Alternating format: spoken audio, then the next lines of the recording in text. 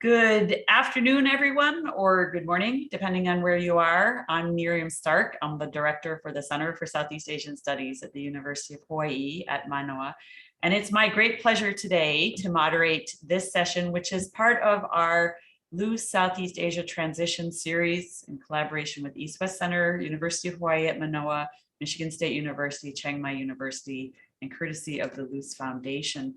This is our fourth webinar for the fall 2021 series, which is called Plastic Runs Through It.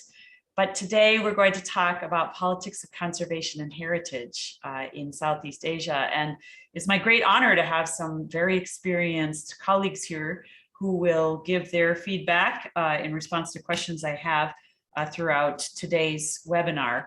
I will first make introductions after telling you that we'll have about an hour-ish of discussion among the panelists with directed questions. But during that time, if you would like to ask questions, please put them in the Q&A, which you'll find on the bottom of your screen, not the chat, and then we'll try to get to them in the last bit of today's session. So I'm going to do this alphabetically. Everyone is equally meritorious, but I'm starting with A. So Dr. Ming-Chi Ang is with us as the World Heritage Site Manager for Georgetown in Penang, Malaysia, with a PhD in political science from the National University of Singapore and a master's in international studies from Uppsala University.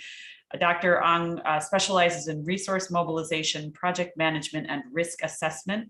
Born and raised in the inner city of Georgetown, she carries her duties with much passion and fervor, incorporating innovative ideas and holistic management on the World Heritage Site for the benefit of the local people. Next, we have Dr. Ana Labrador, who until recently was the Deputy Director General at the National Museum of the Philippines. And she's an anthropologist by training with extensive museum experience and teaching experience at different universities across the Philippines. She earned her PhD, but also her MPhil in social anthropology at Cambridge University in the UK. And her research at that time focused on Cordilleran traditions. She also has an MA in museum and gallery management, and she's lectured widely on these topics. In fact, she just got back from Germany. And she began her work at the National Museum in 2011, was promoted to Deputy Director General in 2019. And in that capacity, she was responsible for research development, museology, and technical assistance. And our third panelist who is here now is Dr. Masanori Nagaoka, who is a program specialist for culture for UNESCO, and he is based in Phnom Penh.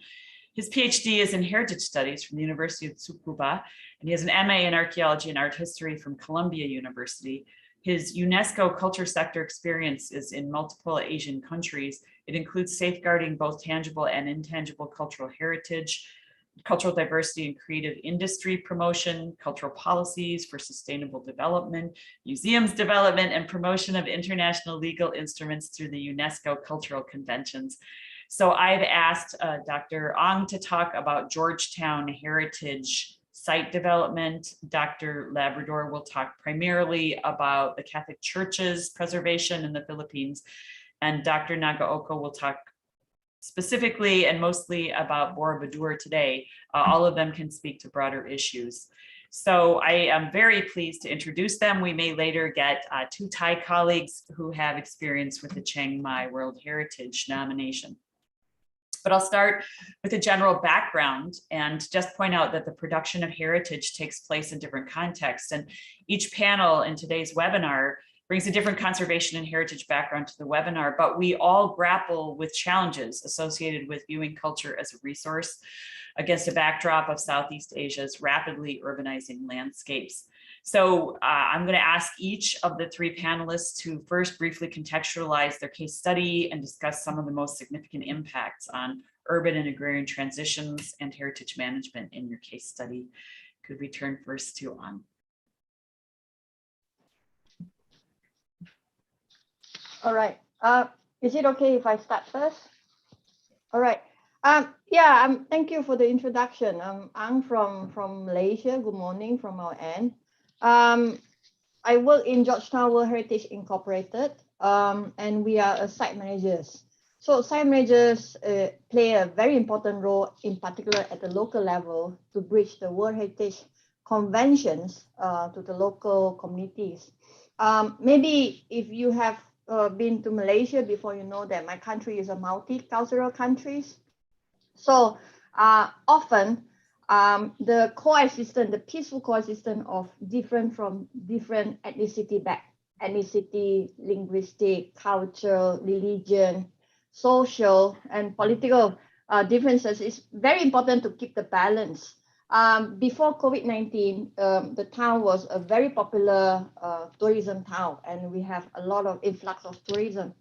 And for the past 2 years, like everyone else, we try to survive. And it makes me realize of the importance. I mean, we talk a lot about sustainable development before this, but when the COVID-19 really hit you, then I felt that, it's very fortunate that we already pushed for the sustainable development agenda since 2016. So a lot of our local businesses, the local community are able to survive and went through the storm for the past 2 years because of that policy. So today I would like to share mainly, not so much of agri because we are a 100% urban site over here, but it's more of like, how does we work together with the local community? How does we translate the convention, the language that local people might not understand, not because they don't know English, but it's just like, what are you talking about? Outstanding universal values, intangible cultural heritage. How do we translate it in a language that people can understand and have ownership to practice that, to conserve that, to safeguard that on daily basis? So this will be from my part. Thank you. Thank you very much. Anna, could we turn to you? A little background. I'd like to share my slide. So let me just go. Oh, sorry.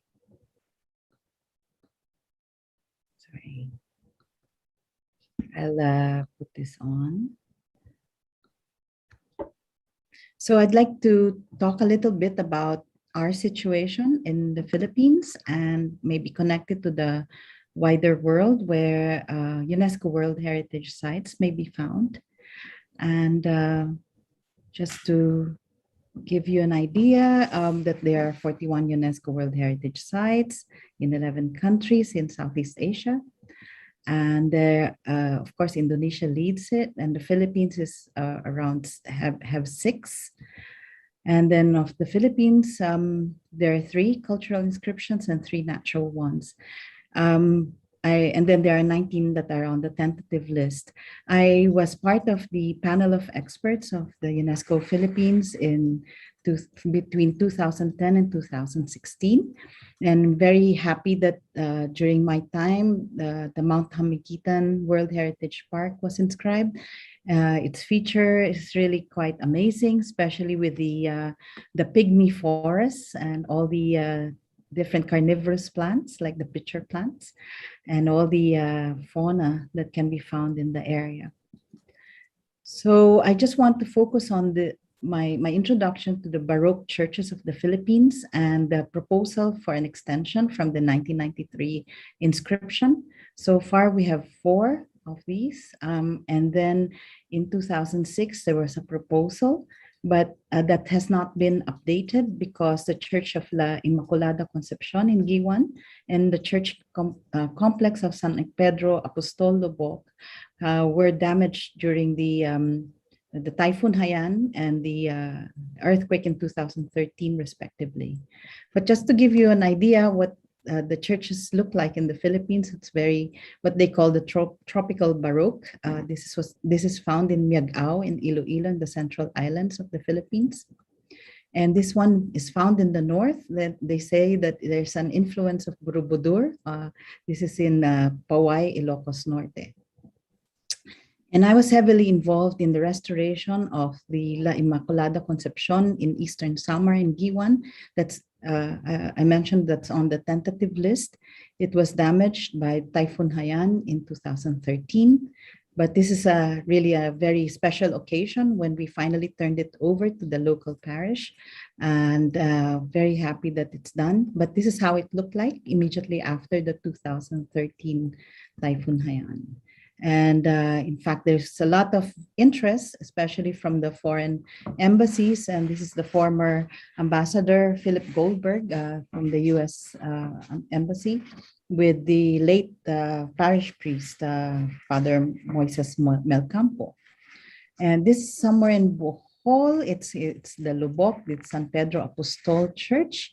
And that was I just took a picture of this last month, and it's actually going well because that's been turned over. But this is how it looked like when we were restoring the church. And the National Museum is responsible for a lot of the national cultural treasures in the Philippines. And to get things right, I think sometimes we neglect the movable heritage. And so what we did during the recovery phase was to run a triage and also train local people so that they feel that they're part of the recovery of their church or their heritage. So the national cultural treasures are part of our mandate. Depending on timing and administration, funds are allocated by the administration. But for instance, this administration does not want to have anything to do with restoration of the churches because they feel that there should be a separation of church and state.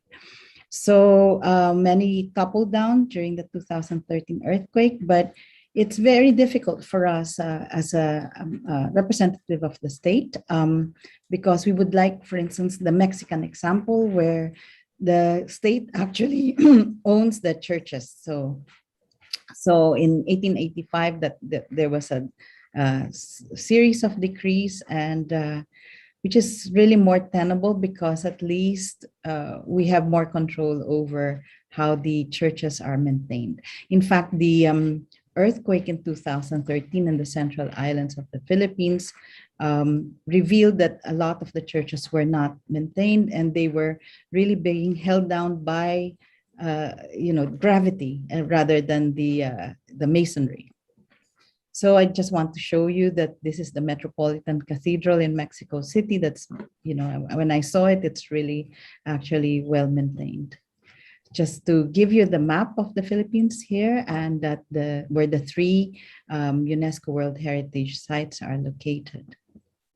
But the main thing is really, I would like to, as a takeoff point, is to discuss movable heritage within these sites. And sometimes they are neglected, and their restoration is not properly looked after. So I can talk a little bit about it more later on. Thank you. Thank you very much. Now we'll turn.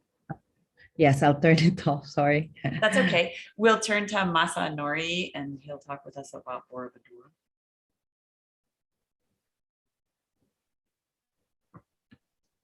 Hold a sec. Can you hear me? I hope you can hear me okay. Okay, well, thank you so much for inviting me to this very interesting forum. And I'm Masanori Nagaoka, working at the UNESCO office in Cambodia now. Let me introduce myself very quickly. I have worked with UNESCO since 2004 for the last 17 years, working at in Afghanistan and in Paris World Heritage Center, UNESCO headquarters, and then Jakarta office in Indonesia, which covers 5 neighboring countries, including the Philippines, Malaysia, Timor-Leste, East Timor, Brunei, and Indonesia. And then now I'm based in Cambodia, Phnom Penh office since 2 years ago. Today I was requested to refer to the case of Borobudur, but because I worked almost half of the ASEAN countries, as I explained, maybe I can, make something, reference points to these some of these countries to speak about something, the current issues of any development in terms of heritage management related.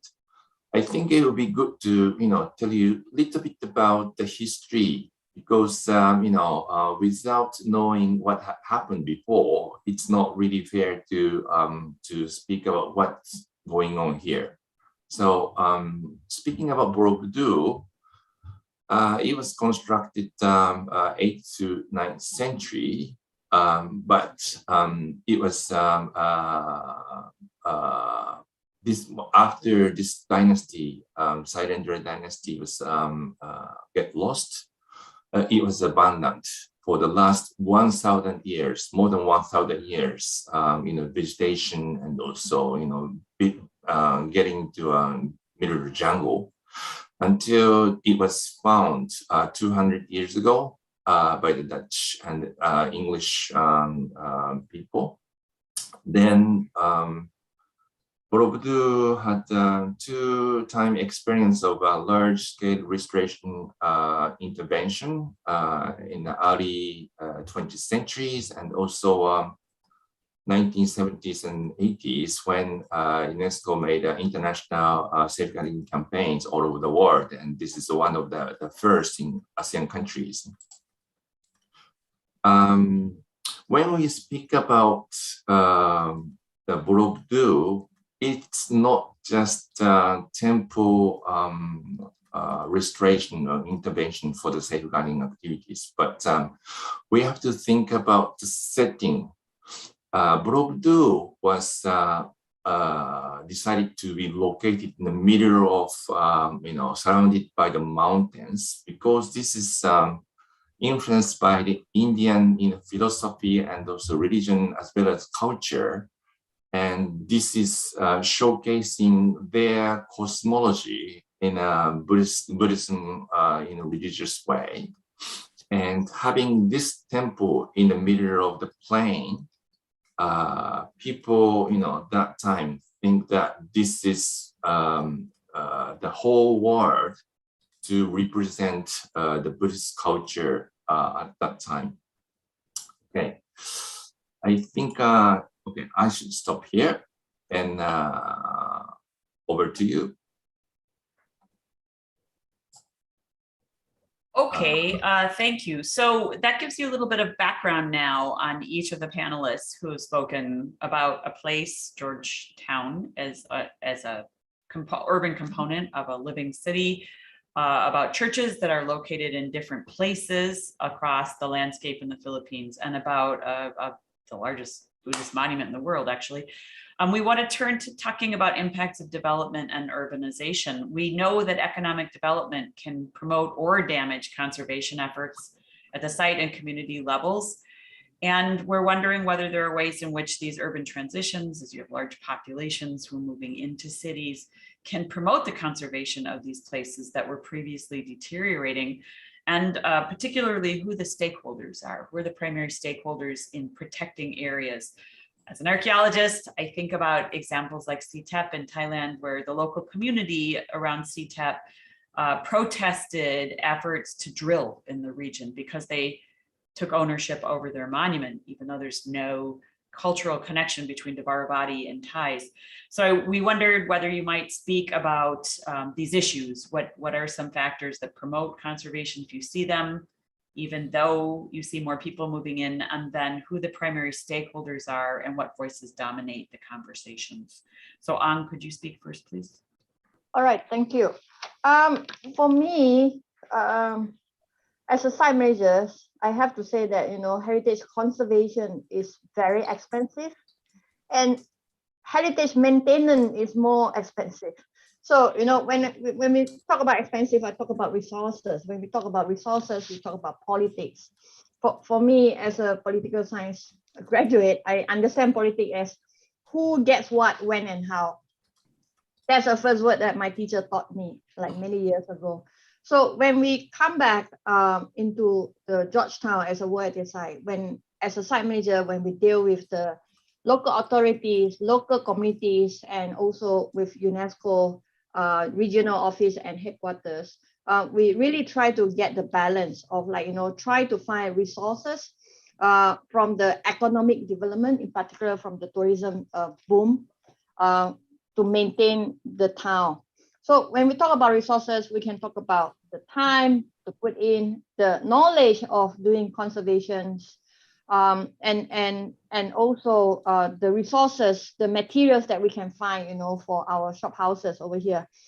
Just for the audience background, Georgetown is a serial nominations with Malacca. There's another state in Malaysia.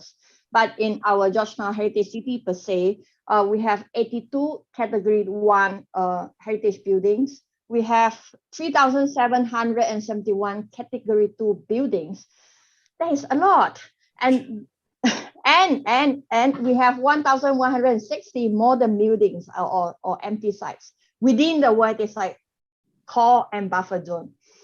So if we compare to Cambodia, we are very small, but it's a cultural site that people live in here, people work here, people come to the town for their daily activities. So it's an active and alive site. So it's very challenging, but it's fun because my job is not the same every day. So how do we do this? One of the very important thing is education. If the building owners they are doing the conservation for the sake of the law or the convention, it's not going to be sustainable. So we change our strategy. We ask them to do it for their own financial consideration and their own health in particular. This agenda has been very workable for us.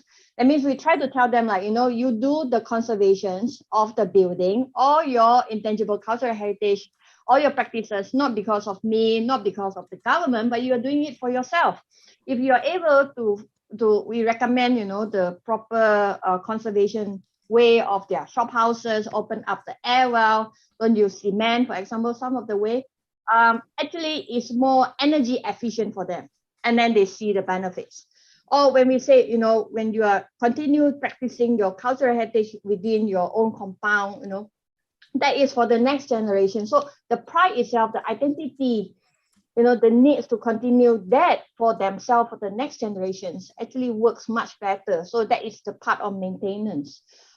We also have a very strict special area plan, which is the conservation management plan, that we use for the Georgetown World Heritage Site. So this plan is a big book that not a lot people will go and dig in and read unless you're a researcher or you are like, consultant. So we often conduct a lot of seminars in different languages, in Malay, in Chinese, and in English for the local people. And more importantly, my office serves the local community by opening up our door daily. So community with any issues, any question, they can come in and we provide complimentary consultation services for them and assist them and bridge them into the system to get the proper permits. So that needs a lot of carrots, encouragement. And at the same time, we also get help from the local councils who are providing the stick. They are the statutory bodies, which, sometimes we also need their help to do enforcement. So once we get this carrot and stick, you can somehow get the balance. But I see myself as a very lucky person because we get a lot of support from the local communities, as a group, as a committee, as individuals, or as heritage building owners or as heritage building users. We get support from them because, we know that Georgetown is special because the people work together. I will also say that, for economic development to help in conservation efforts is a double-edged sword. We also encounter a lot of issues that, they just wanted to do pub, for example, and the owner will just rent it out, for the pub owners and kick out the traditional hawkers. So it's a very sad, but it's a reality because 99% of the 5,000, almost 5,000 buildings, heritage or not, in the town, it belongs to the private. I don't have that. So we need to encourage, we need to negotiate with the local people. So yeah, we are getting more support, but on daily basis, we are also having challenges. So it just needs a lot of passions and work to do it. So this is the sharing from my end. Thank you. Thank you very much, Ang. I think that now that Ajirapa Pradit is here, she'll have something to say about it from a Chiang Mai perspective, but let me first introduce her. She has an MSc in Urban and Rural Design from the Queen's University of Belfast, and has been actively working with the local community in Chiang Mai, so in Thailand, on nominating Chiang Mai as a World Heritage Site. So we have Georgetown, which is a World Heritage Site, and we have Chiang Mai, it's in process, but in both cases, we're talking about lived communities. She's experienced in urban planning, urban design, cultural heritage, and public participation and engagement processes. So I wondered if, Ajirapa, we can ask you to jump right in and talk about ways in which urban transitions are promoting the conservation monuments and places that were previously deteriorating. Who are your stakeholders? What are some of the challenges you may be encountering as you're trying to move towards World Heritage status? Thank you. Hi, so well, I think for Chiang Mai, we also learned a lot from Georgetown as well. But I think in Chiang Mai it's quite different because in the past, I would say like 30 years, the city itself has been like growing very fast. And that actually make a really great impact to the city itself. Thinking about the number of people who used to live there, I mean, those who register as a resident, it was like about 170,000 people. And then surprisingly, in the last 20 years, we checked the register like residents. It's decreased to about 130,000 people. But the city itself get busier, so it means that people who used to live there move out to live outside, and they sell the land to like all the investors. So it means that our old city turn into like a service station, and that of course like make a great impact to our heritage and our culture. So and we look at that kind of thing as a big threat to our culture and heritage. So that's why we try to use many tools, and UNESCO World Heritage was one of them that we thought that it would help the city protect the value and the heritage. So I think the process itself started about, I tried to convert in Thai number, about 8 years ago. Of course, because we have the biggest university in the north of Thailand, Chiang Mai University. So all the professor and many people just team up and then hey, we have done so many things to try to protect our heritage, but so far we can do is just like working with people because the policy structure there, I mean in Thailand, it's quite like strong, like they're quite like it's really hard to change from the core of the structure because it's really from the central government from Bangkok, right? So that's why a lot of professor and local people just team up, just hey, we should do something to at least to protect our heritage. So they've been doing that work even before we think about the World Heritage itself. So we have something called Civil Society of Chiang Mai or Local Community Network of Chiang Mai.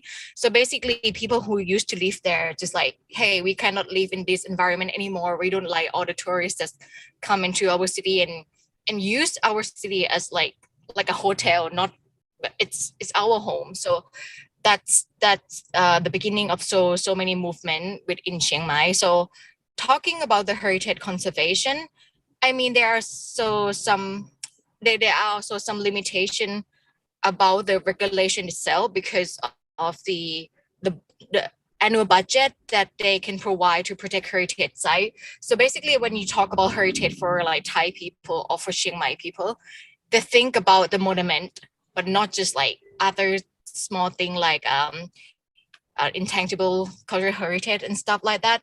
So that's why we think it is our job as Chiang Mai people to protect our own heritage.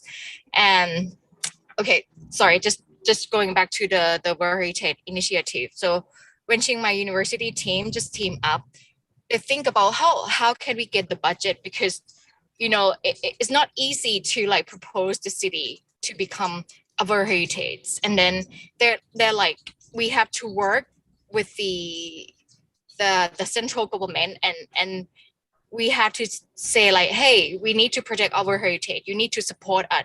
But they also came up with the idea just like, oh, we don't really have budget for that, and you probably have to wait for the queue. I mean, if you look at the World Heritage site in Chiang Mai, okay, if you look at World Heritage site of Thailand, there's so many like natural sites or dead monument like Sukhothai or Ayutthaya, right? And that's why they think Chiang Mai it's another challenging, a big challenging.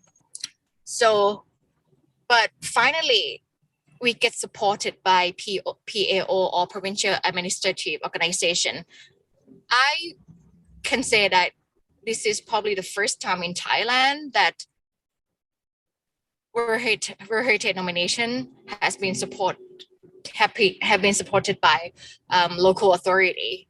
So they have been working since 2016 until now. So, and more or less they look in the way that we don't want to propose Chiang Mai as a World Heritage, just like we just for the heritage sake, but we just want to use the UNESCO World Heritage as a tool, or like in terms of education, to educate people to like, you know, get every organization to work together under the World Heritage idea. Yeah.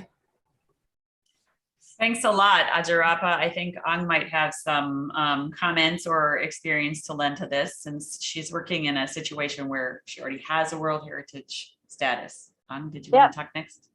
Thank you. Yeah, I've been knowing Ajirapa for a few years now, so we've been sharing with them our sweet and sour experiences. So actually, the fact that the changes of demographic in the world side is not uniquely only in Georgetown or in Chiang Mai.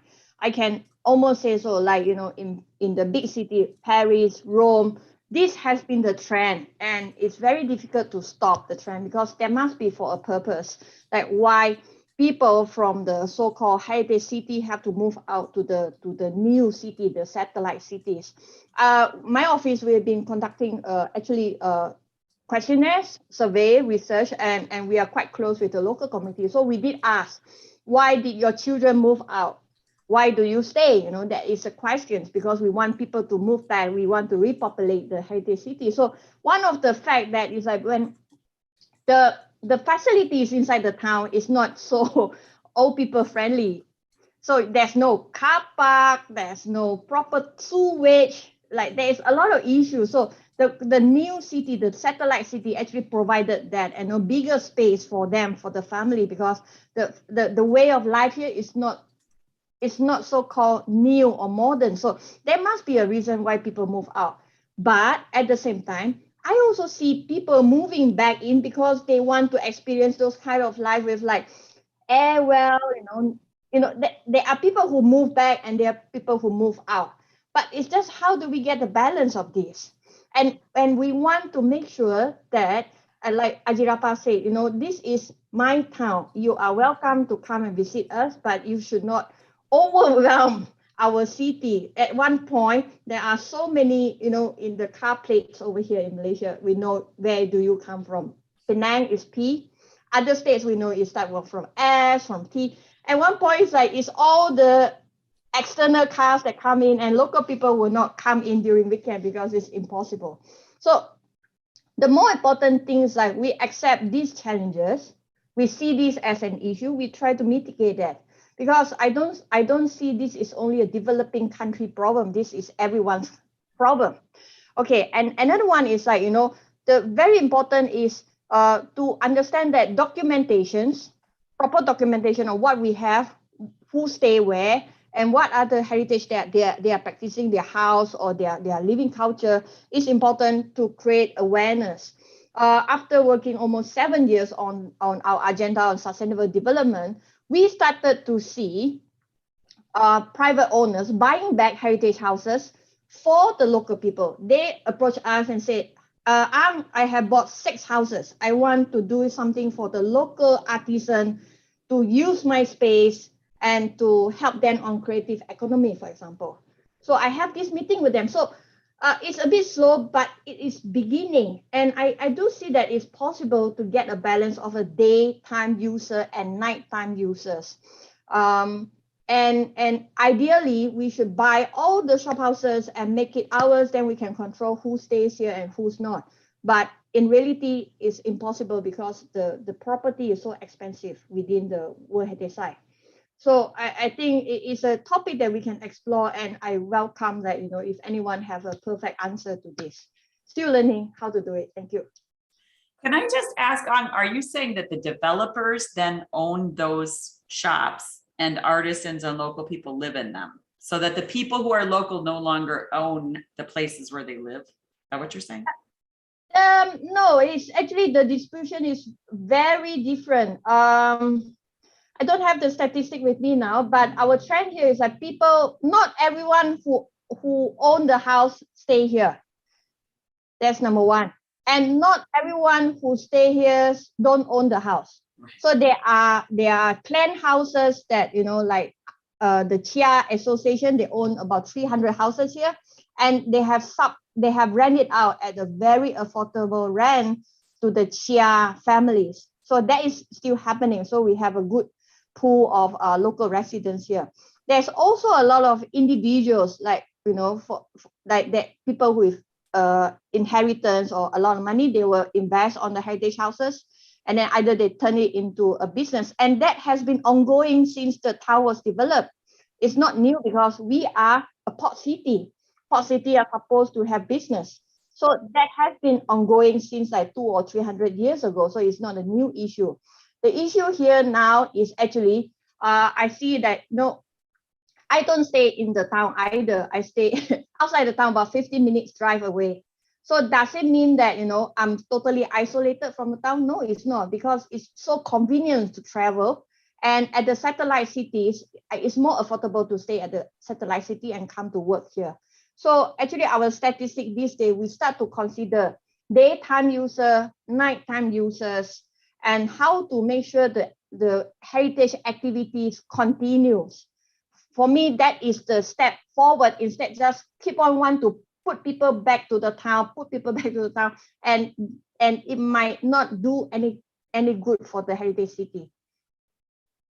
So you are talking about a case where a lot of people who grew up in Georgetown no longer live there, and the whole definition of the community of Georgetown now includes this sort of peri-urban area, right? Areas that are outside.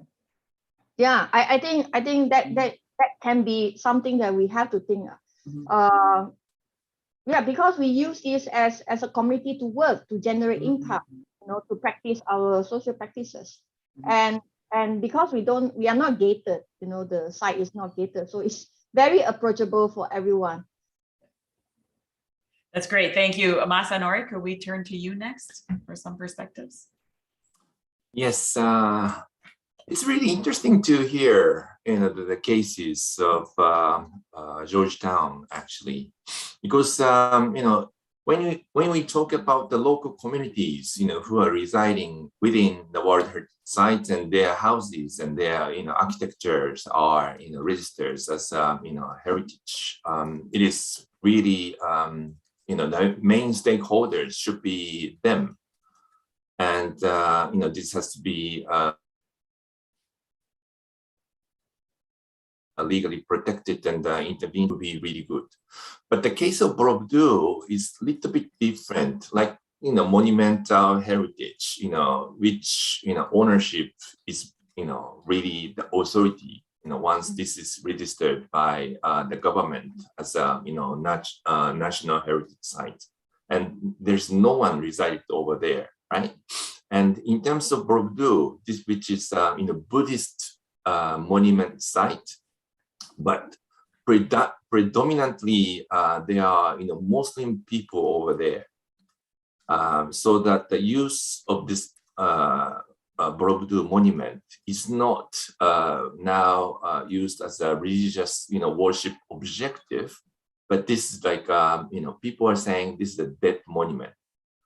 But when you take a look at for example, the devastated situation, catastrophic event happened in 2010. I don't know if you remember. There was a big mountain, Mount Merapi, erupted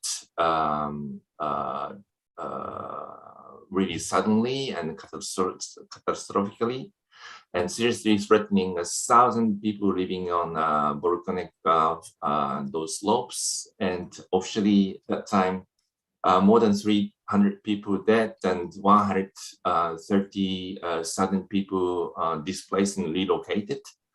And which was this mountain was located only 25 kilometers away from this mountain, and Borobudur started to be covered by the layer of volcanic ash in 2010.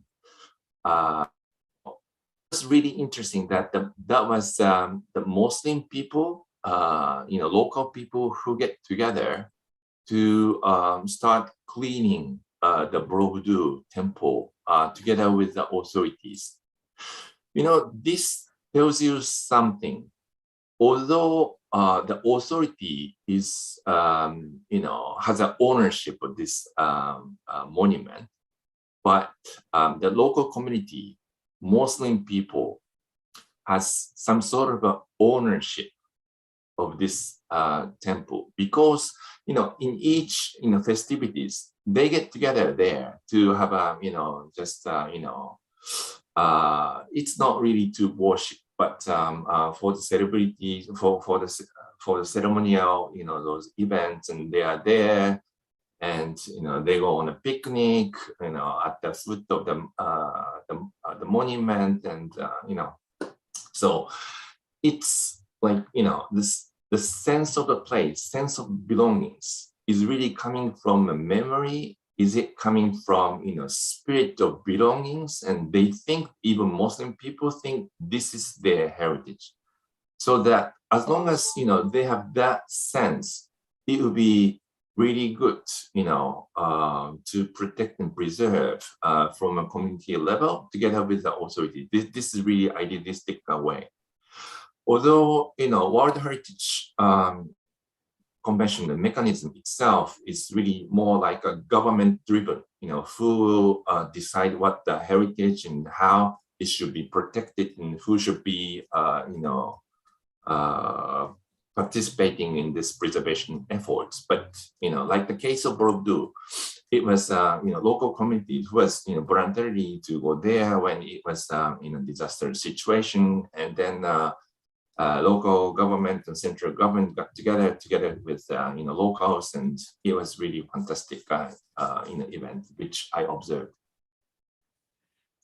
Thanks. Can I just follow up on this idea you had that you mentioned about how people who are in the local community feel a sense of place there? I had one question for you, Masanori, and this draws on your broader knowledge really of UNESCO and World Heritage Sites. And then I want to bring it back to Borobudur before we talk to Ajarapa.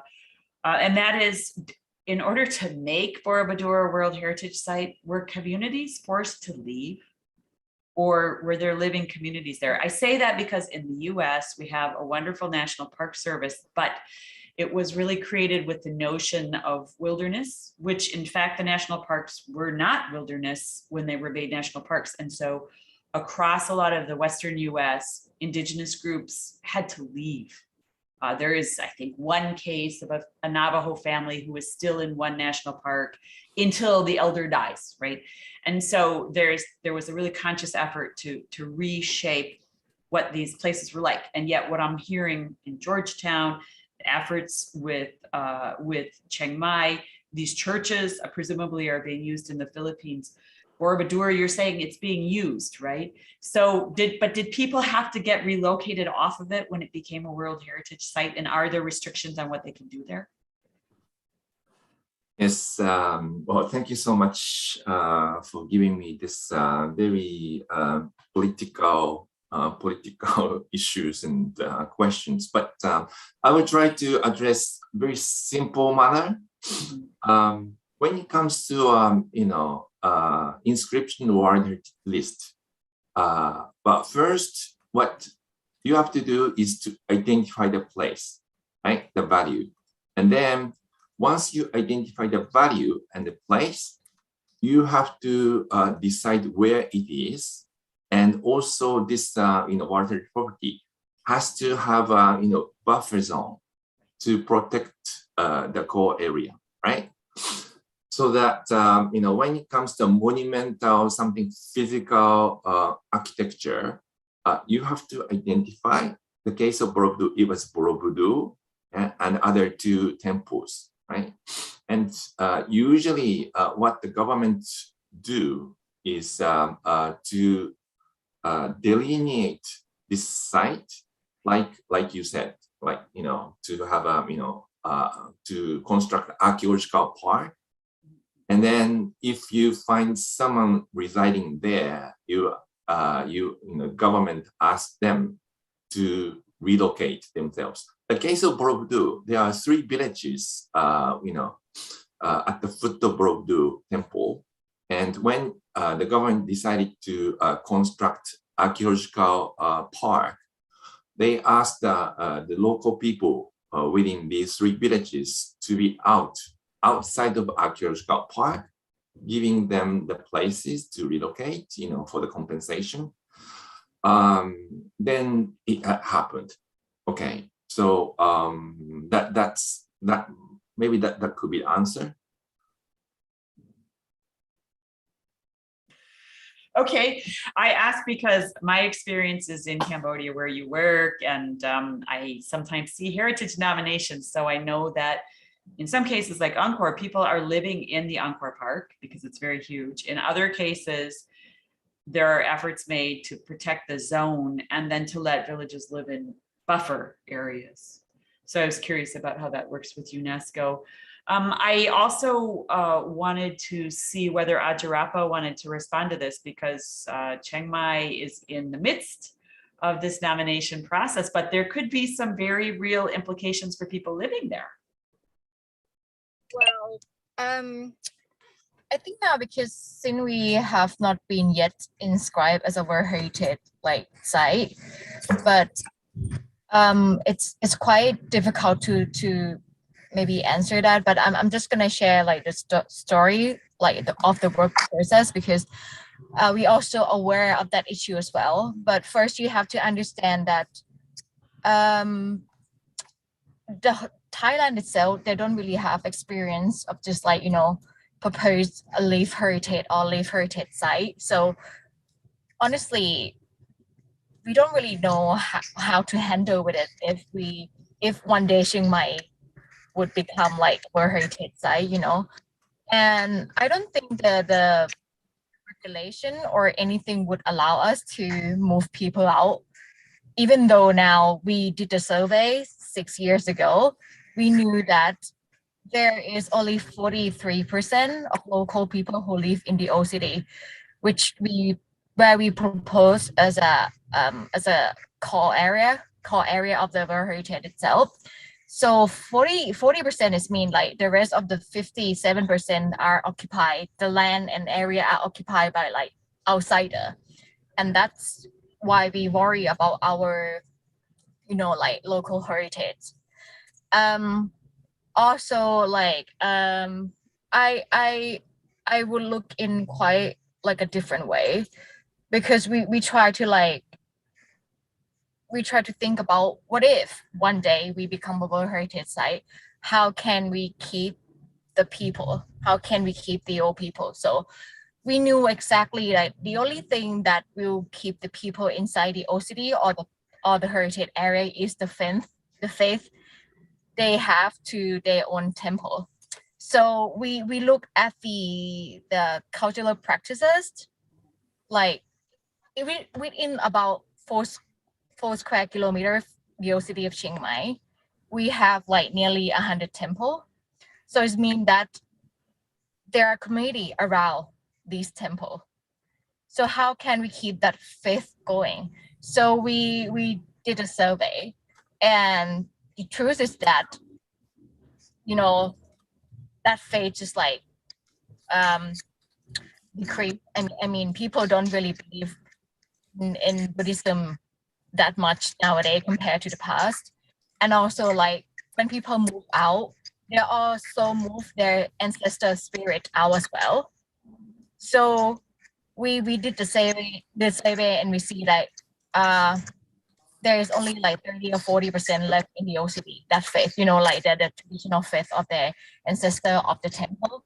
So I think, and we understand that that's the thing that we have to put as a priority. That's a big concern if you want to protect the city, like to have all people there. So that's why the process was the first thing we did was trying to promote that idea and do the survey and like to understand, hey, do you have that link or connection with the old temple? Or do you know where exactly is your ancestor, how our ancestor spirit, just to let them know that they should think about this first before they move out, because at the end of the day, we cannot stop anyone to sell their land and move out, because it's their own right to sell their like family land within the OCD. Yeah. But if they do sell their land, then what kind of control do you have over preservation issues and the property, right? That's a big dilemma, no?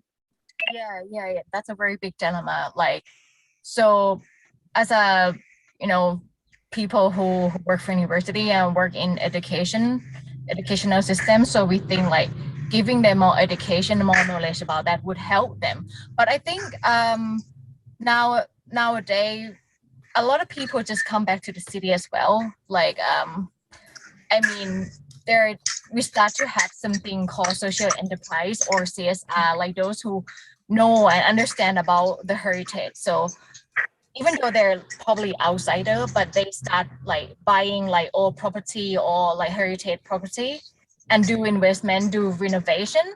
We start having that in the past 5 years, which is like we feel really happy about it, and we try to promote that. But also we have been talking about how can we talk to local government to maybe at least have some measurement or doing something with the policy to give benefit back to those who would be interested to invest like on something that based on heritage value. So I think maybe Ajahn Warsit can talk more about that. Okay, we'll come back to Warsit, or we'll introduce him in a moment. First, I wanted to see what Anna might have to say, particularly because the churches that she's showing us presumably are still used, right? So this is more living heritage. So let's talk to Anna first, and then I'll introduce Warsit. Thank you. Yes, thank you. Actually, that one of the things that we found out when we were restoring the churches after the disasters was that it's almost like paring things down and seeing how the community responds to these churches. They're not World Heritage sites yet, and they're as I mentioned, they're in the tentative list. It's so important for the local community to feel that they have control over their sites. And one of the strategies that we did before even going in different phases of our restoration was to hold community meetings. And that was really very, very important. The bottoms-up approach, I think, is more tenable than something that's imposed.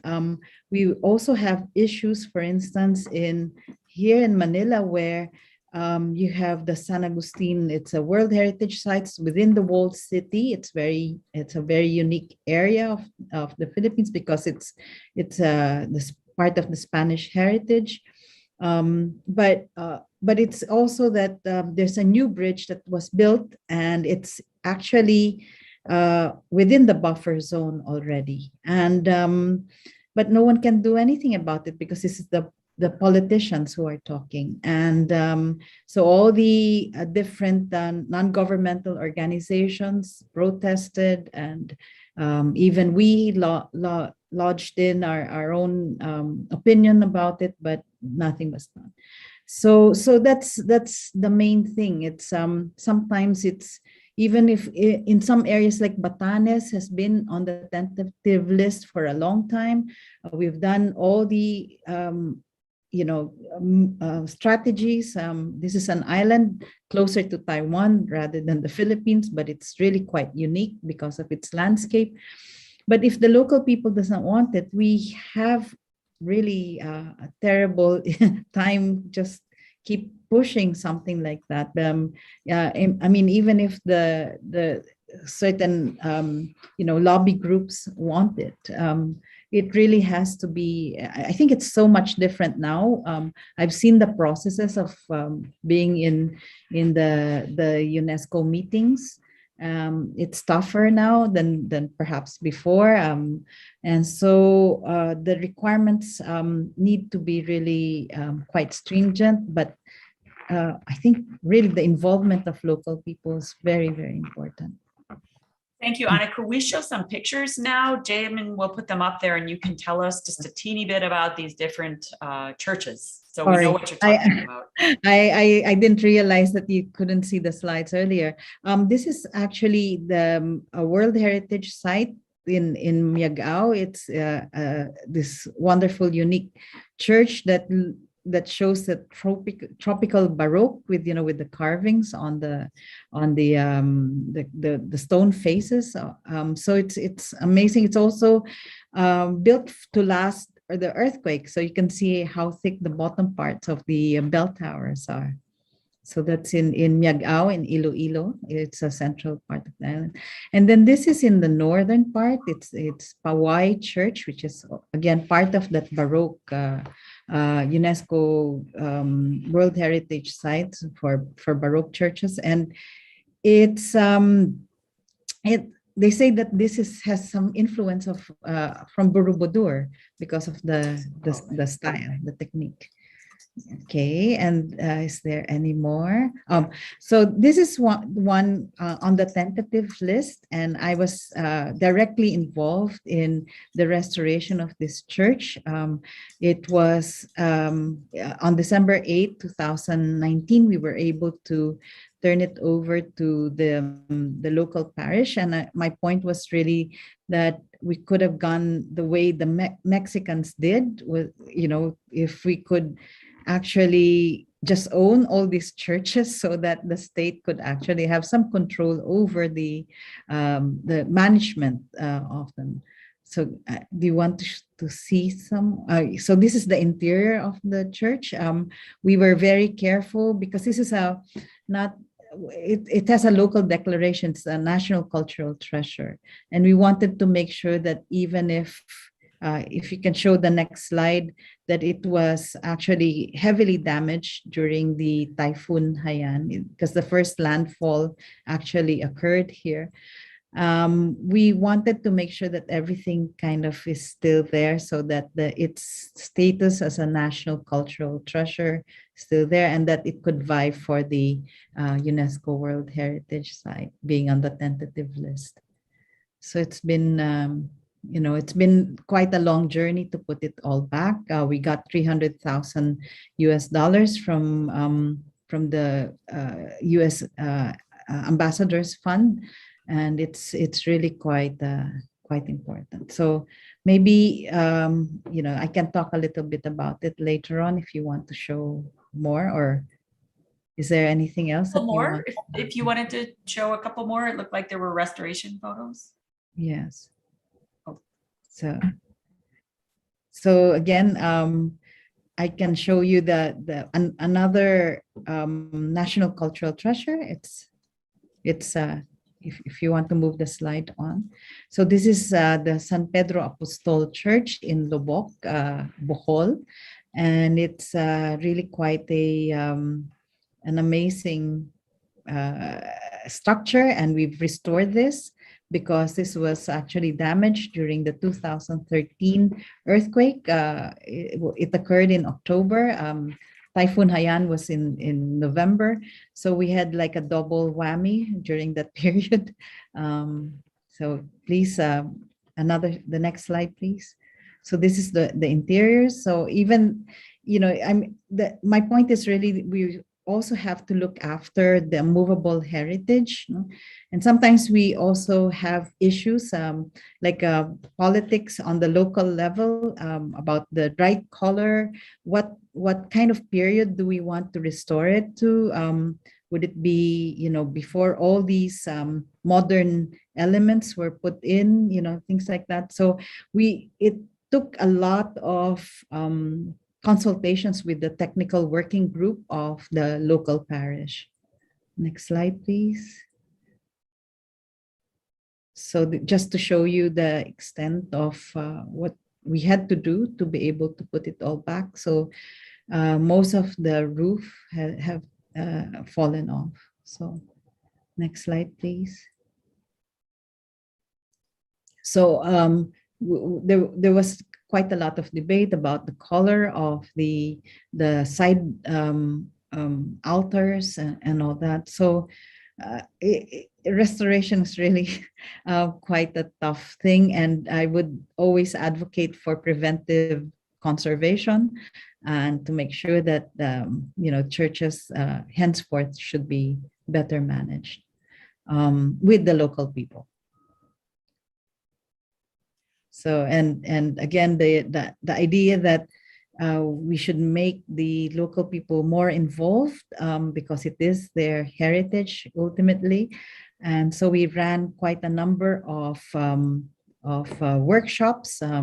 But first we had to clean up after the damage has been done. So we even all these church vestments and the costumes that they put on the statues of saints had to be cleaned up, and so we got a lot of people involved in that. And I think one of the outcome of our project was there are more people who know about conservation than before. Thank you, Anna. Could I ask Masanori? He has something to say, and I think that would be helpful now. Appreciate it. Yes, well, thank you so much for giving me this time. I think I see some currently burning issues, especially the conflict between the local people and the authorities in terms of protection management of the World Heritage Site or cultural heritage sites. World Heritage Convention is not the one to promote any conflict, but this is really 180 degrees, completely different opposite way. Why UNESCO is promoting the World Heritage Convention? When we take a look at the preamble to the Constitution of UNESCO, that declares that since wars begin in the minds of men, it is the minds of men that the defenses of peace must be constructed. So the World Heritage Convention is just a tool to promote peace among human beings, people, right?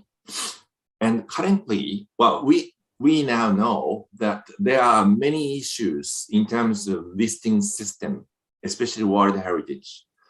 Some 10 years ago, we made a survey and study what should be done. And we made strategic objectives, focusing on 5 C's. Meaning credibility, conservation, capacity building, communication, and communities. These are the big important elements to promote peace using World Heritage Convention. So when we identify it, the operational guidelines of convention, World Heritage Convention, this is some sort of rule, how to identify the World Heritage Site in the future, how to manage that, identify the site. Communities are one of the very important components. Like I said, World Heritage Convention is more like a government-driven tool to identify what the heritage is and how to manage. But without involving the communities, currently the system itself is not really allowing the government to nominate the site. When it comes to the ICOMOS evaluation mission, once UNESCO receives such nomination file from those member states, we ask ICOMOS, ICROM, IUCN to go to the site and to monitor and to see the site. But not only to see the site, but to talk to the communities, how they are involved in the management and protection, measures. So these are the big component nowadays to nominate such a site on the warranted list. So I'm talking about the current situation, but obviously, previous time, we had lots of those conflicts, as Mariam said, and other people are saying. But currently, we have developed this operational guidelines and also nomination system, which is more to ensure the participation of those management with the community people. So that's what I wanted. Thank you, Masanori. It's at this time I'm very honored that we can introduce our last panel member. He's only last in terms of when he joined, but not in stature. His name is Dr. Worasit Tantinapankul. He's an assistant professor at the Faculty of Architecture at Chiang Mai University. His PhD is from Cornell, his MA from University of Pennsylvania. He's a registered architect, landscape architect, and he also teaches not just at Chiang Mai, but also at King Mongkut's University of Technology in Thonburi. So he's also, like Ajirapa, been involved in the nomination of Chiang Mai. She had to go teach, so he's jumping in here. But it's kind of perfect timing because Masanori has just talked about the importance of consulting with communities. Anna has talked about the importance of on-the-ground kind of work, but there are multiple communities who need to be consulted. And I think Worasit had some comments about tourism, community consultation, and competing interests. Take it away. Everyone see my PowerPoint? Yes. Yes. Oh, it's my honor to be with you guys today. There's some misunderstanding because I count the hour wrong. It's okay. 1 hour. I woke up here in Bangkok, up in Chiang Mai, like 6:30, and I thought it started 8 in Thailand time. So I just working around on the table, didn't know until Ajirapa noticed me. Sorry. Okay. Let's get into our point.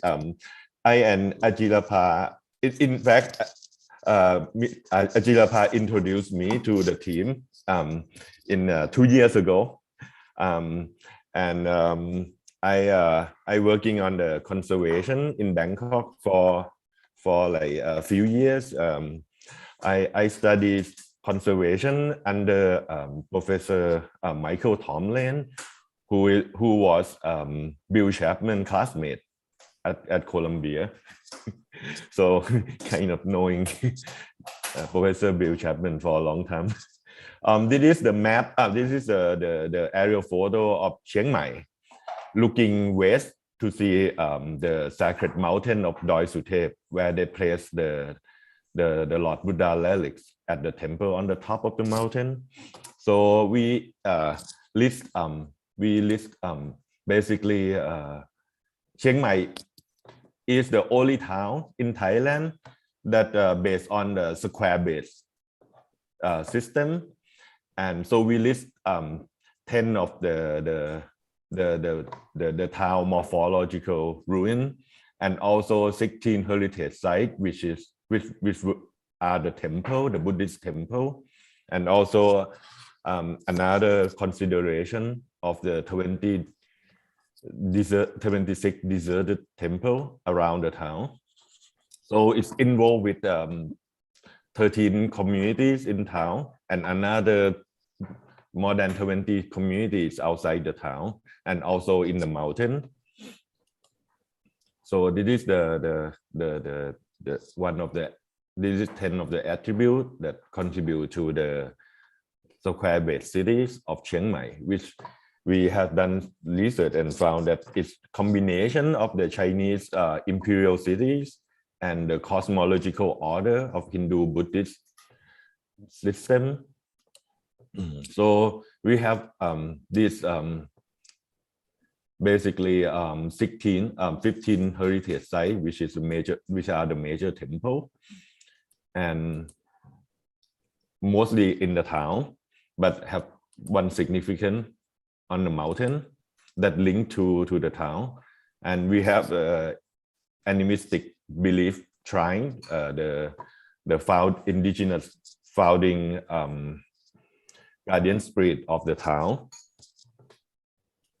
which is in the temple. It's kind of mixed, right, between the animism and Buddhism.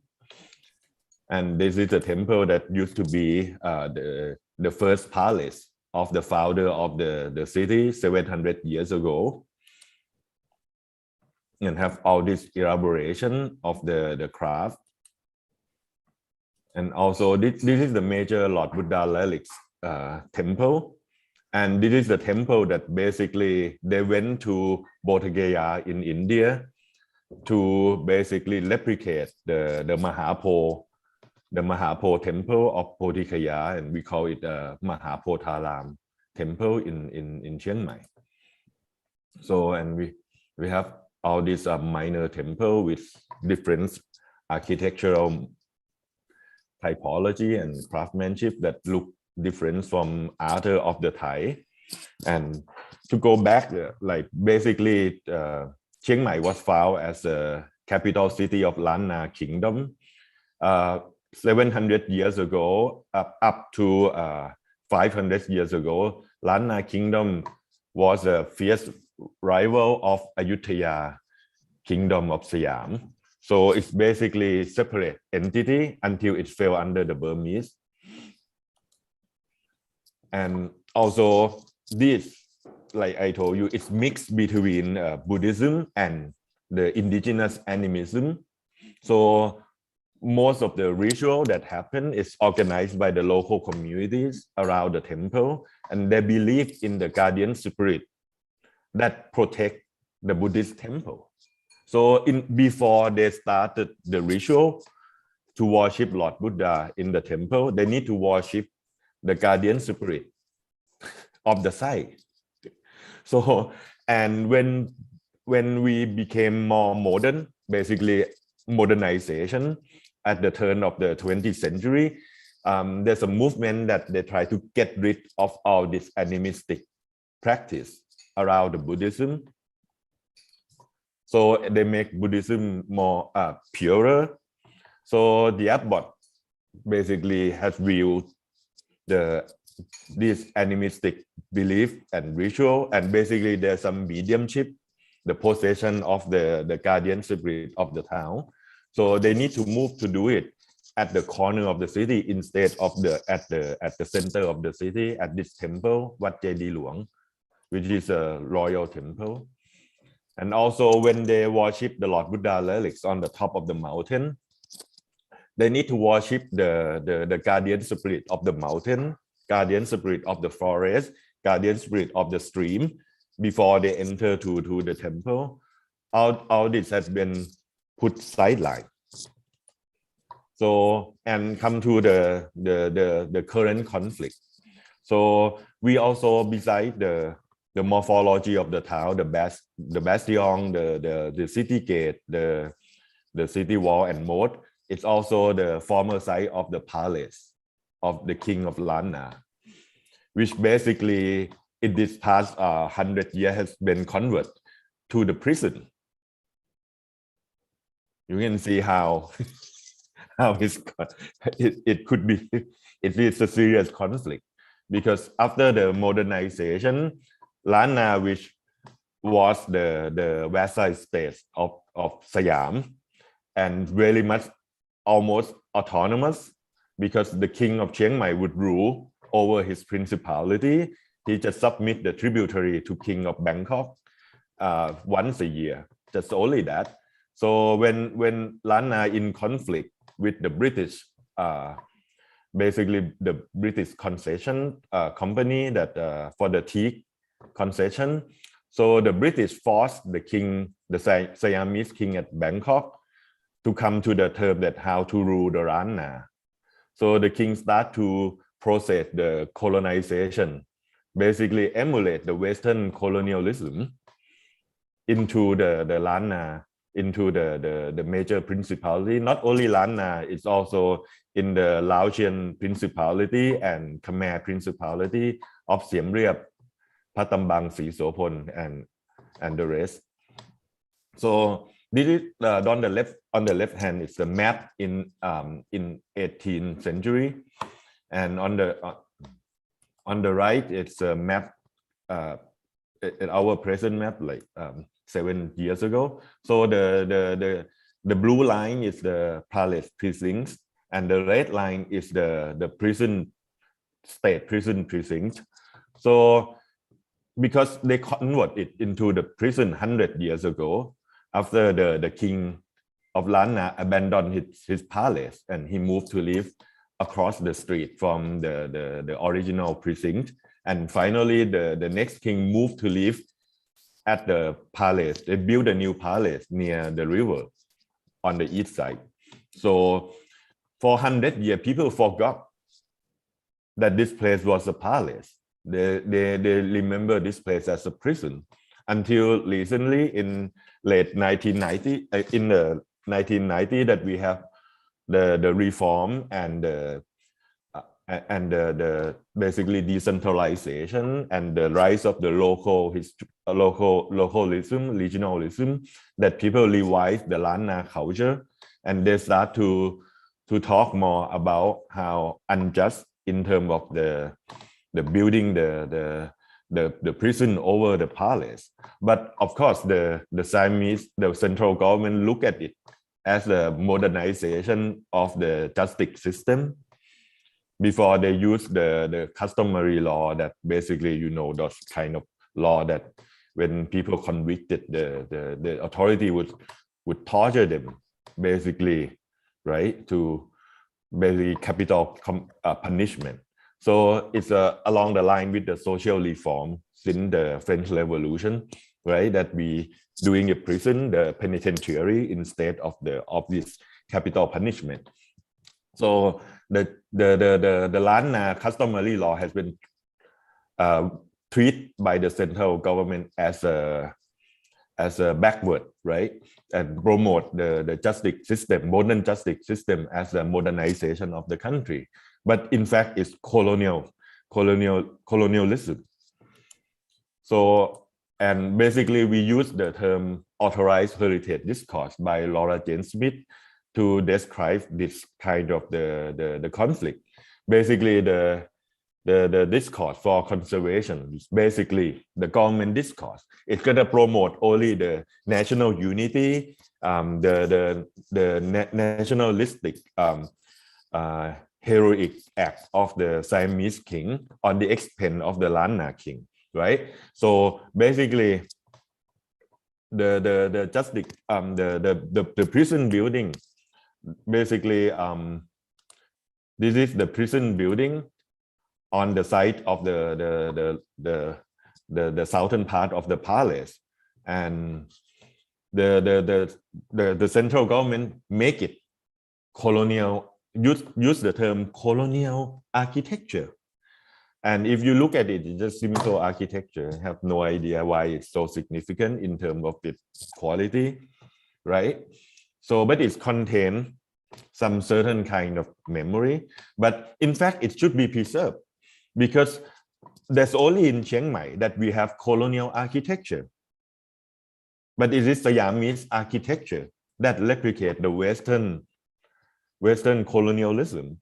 We cannot call even more elaborate neoclassic or Renaissance or Gothic and Baroque revival in Bangkok, because it's built by Siamese government themselves. So it's not colonial, because the term colonial is mean architecture is mean the architecture that the colonists, the colonial power uses in the other land that they conquer as a colony. So we not colonized. We were not colonized by anyone. So we couldn't use this term for those Western architecture in Bangkok. But we could use it here. Of course, it works for that. But it depends on the narrative, right? Because the government want to put this as a success of modern Siamese modernization. But the local people, if you put it, we want to put it as a Siamese colonial power. And what is the expense on the Lanna people? And at the beginning, they want to preserve all of the building there, 6 of them. And after they remove some of the contemporary building, And then they start to do the excavation. They found significant number of the ceramic dating back to Mongol period, Ming period. So it's confirmed that it was a palace. So the Fine Art Department, which is the main preservation authority, said that, okay, any building that worked as a colonial period, but it's on the site of the palace, could be removed because they could see more evidence, more artifacts that they can claim to protect it, right? And it's funny because the local people want to convert this place into the park, into the open space that the Lan Na people, Chiang Mai people feel that it belongs to them. And then the government gave the funding to the National Buddhist Office of Thailand to build the Buddhist park, commemorate the 2,600 years of Lord Buddha, which would celebrate in next 40 years. But it's going to be the Buddhist Memorial Park. So how come you put the Buddhist park on the palace? And the regional patriarchs play the main role of pushing it, try to build the small temple, the throne hall to the site, even though they try to incorporate the museum of the previous Lan Na king. But it's the meaning of the palace that people want has been changed. And we need to understand that Thailand Buddhist Authority has been created by Siamese government at the time of the turn of the century, at the modernization time too. So basically, Buddhist authority in Thailand is a kind of the authority that collaborate with the modernization of the Siamese king for a long time. And it's funny because when we modernization, instead of taking power from the religious authority like they did in Rome, like they did in France, right? We gave power to create the Buddhist papacy. So and Buddhist monk Buddhist abbot has control of the entire temple. They never had before, and it's against the core teaching moral, because they're not supposed to possess anything. The law forced them to possess the Buddhist land, and basically the owner of the land that the heritage building located. 80% of the heritage site in Thailand, they are Buddhist temple. So I'm sorry I have to break in now, because actually what Warsit has done, he's shown just how complicated it is with these different layers of stakeholders, of people and groups who claim areas, of how traditional and non-traditional can get inverted. I think these are all themes that come up again and again when we look at the politics of heritage. And I wish we could talk for 4 more hours, but I've been told we need to wrap it up. So I'm going to say thank you to Warsit. I hope we could have you talk some more later. And then Masanori will have a few minutes, and Anna, and then Ang will finish it up for us. Thank you. Thank you so much. I think the Warsit is now beautifully explaining the complex of management maintenance of a heritage. And the essence, the main point of Warsit is, what the heritage is for all about. The previous time, like Warsit explained, authorized heritage discourse, proposed by Dr. Roger Smith.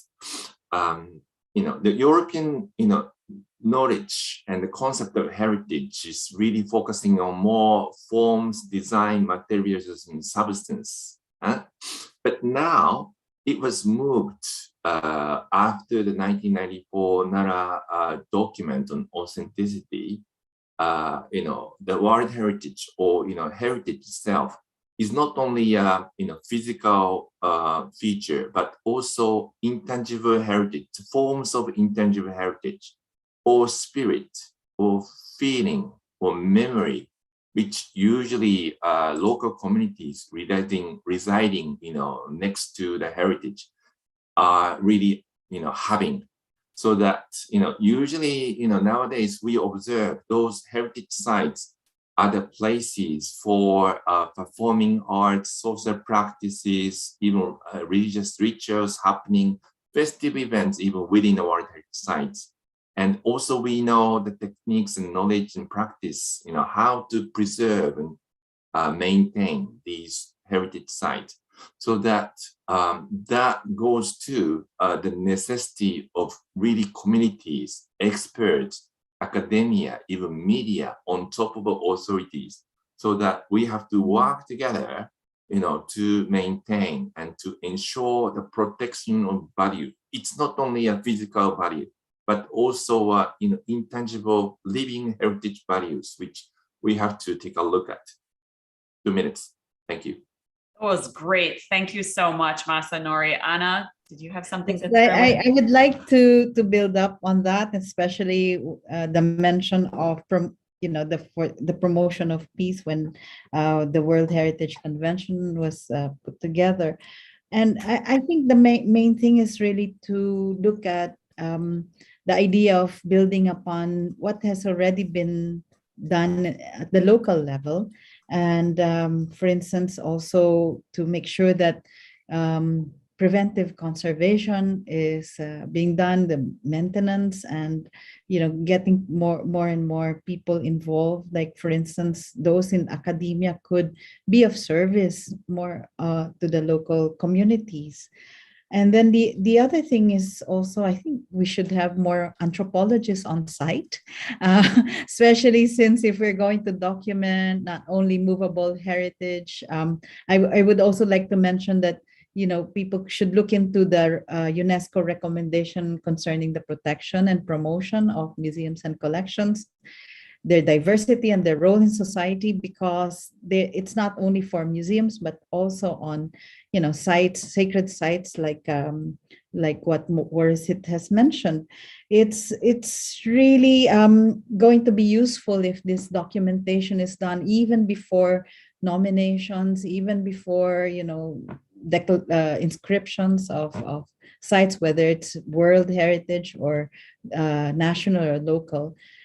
Because I think it's really the kind of value that people have for what they have, and then later on others will be able to also appreciate that. But I'm more of an advocate for a bottoms-up approach of these things. Thank you.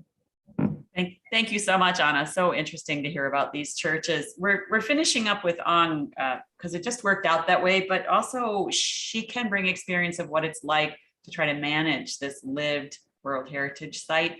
Oh, sorry, I see Ajarapa is still with us. Thank you, Ajarapa.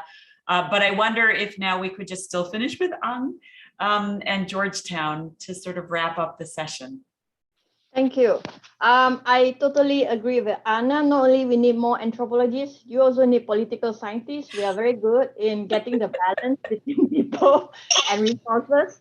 Yeah, we need more professionals, new professionals who come in, because the discourse that is happening from the bottom up is so different now. Like, there are things, there are development that we cannot stop. But I really appreciate, 10 years ago, UNESCO already promoted the idea of historic urban landscape, that to use heritage as part of the resources to generate income for the local people. So that is the real movement that is ongoing. And I totally agree that, the idea of heritage is identity that we feel very proud. And it's more important to build the ownership. The ownership cannot be taken away from the local people. Yet we have to acknowledge that, with these days, there are people who live in the World Heritage Site, but also please consider that there are also people who work here, who uses the place. So, if you can consider that, this different level of local communities of any heritage, and then it will really build up the identity, the stakeholders, the ownerships, and everything that we are talking about. And in particularly, I think cultural heritage, from the definitions that I always tell the local community here, is that cultural heritage in the layman terms is like something that you inherited from your forefathers. You appreciate that, you feel that it built your identity, and you want to pass it down. be it buildings, be it rituals, be it a kind of food, something that is important for you yourself as a human. And we have to work together to make this work. So I hope this round up my presentation and our panel today. Thank you. Thank you so much to all the panelists for taking time to be with us in these different places. It's been really instructive, and I've been very fortunate to meet everyone. I hope we'll have more conversations in the future. And thank you to everyone who's listened to us. Please join us next semester for our next webinar.